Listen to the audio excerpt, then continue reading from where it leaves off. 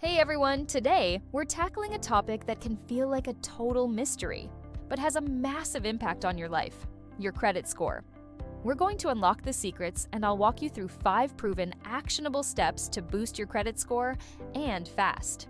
Whether you're dreaming of buying a house, getting a new car, or just want better financial health, a higher credit score is your golden ticket. So grab a notebook, because you're going to want to write these down. By the end of this video, you'll have a clear roadmap to take control of your credit. Let's get started.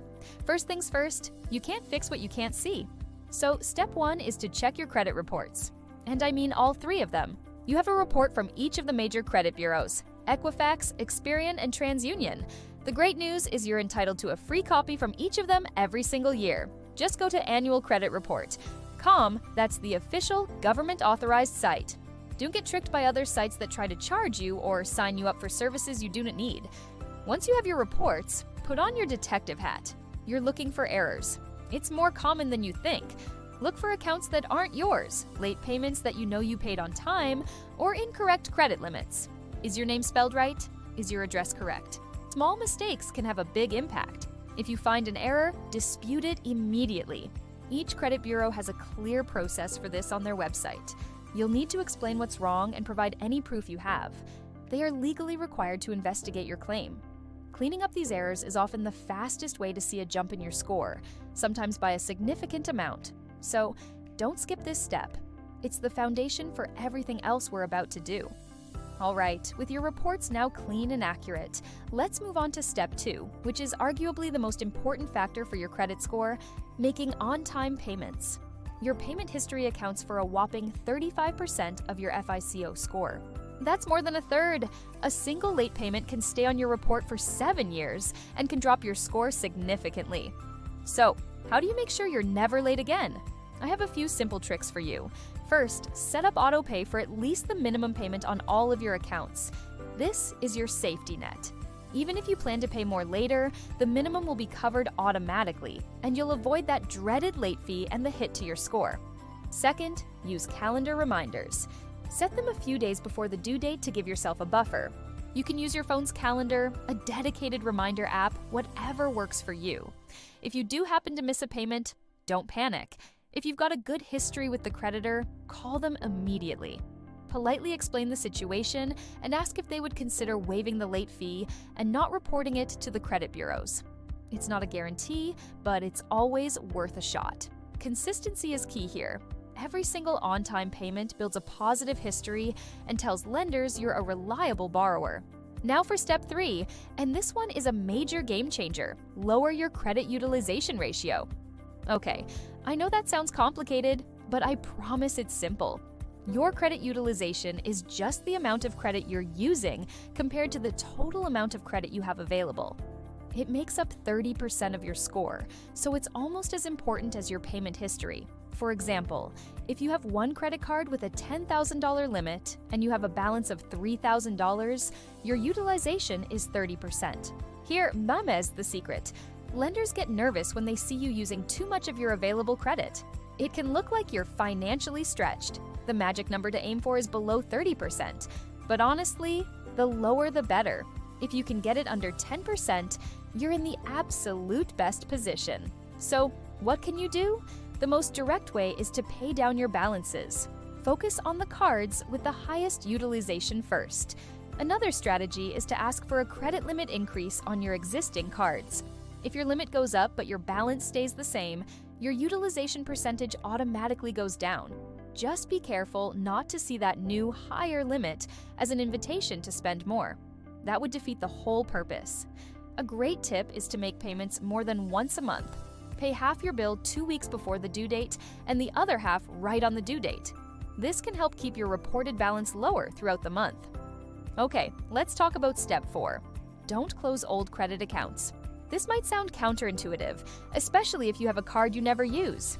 You might think, I'll just close it to be more organized. But hold on. The length of your credit history makes up 15% of your score. The longer your credit history, the better. When you close an old account, you're essentially erasing a piece of that history. You're also losing that card's credit limit, which can instantly increase your overall credit utilization ratio, and as we just discussed, that's not a good thing.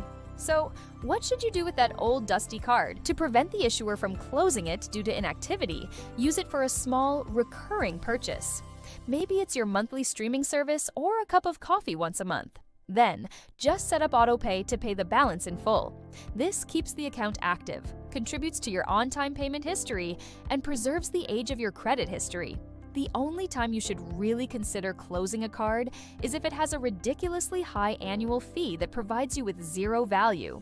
But for most no-fee cards, keeping them open is a simple, passive way to protect and even boost your credit score over time.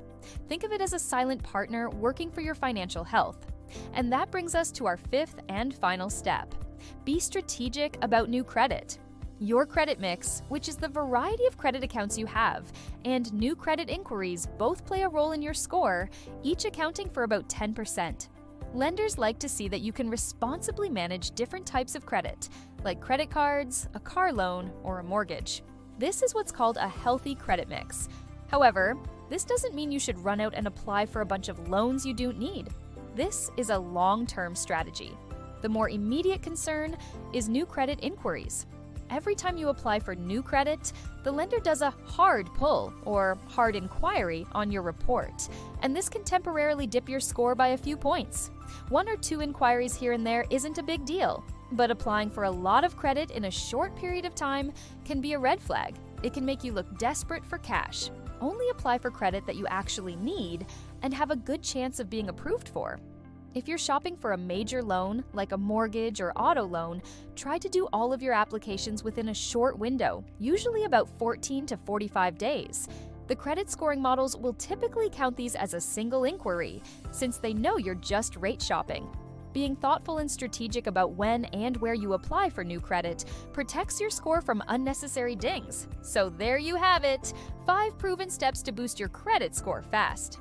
Let's do a quick recap. 1. Check all 3 of your credit reports for errors and dispute anything that's wrong. 2. Make 100% of your payments on time, every time, using tools like autopay. 3. Crush your credit utilization by paying down balances and keeping them below 30%, ideally below 10%. 4. Keep your old credit accounts open to preserve the length of your credit history. And 5. Be smart and strategic about applying for new credit to minimize hard inquiries. Building great credit doesn't happen overnight, but by consistently applying these 5 steps, you will see real, tangible progress. You're building a foundation for a stronger financial future. This is about more than just a number. It's about opening doors to your goals and dreams. Thank you so much for watching. I hope you found this incredibly helpful. If you did, please give this video a thumbs up, and don't forget to subscribe and hit that notification bell so you don't miss any of our future content.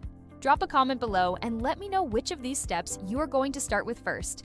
I love hearing from you all. Thanks again, and I'll see you in the next video.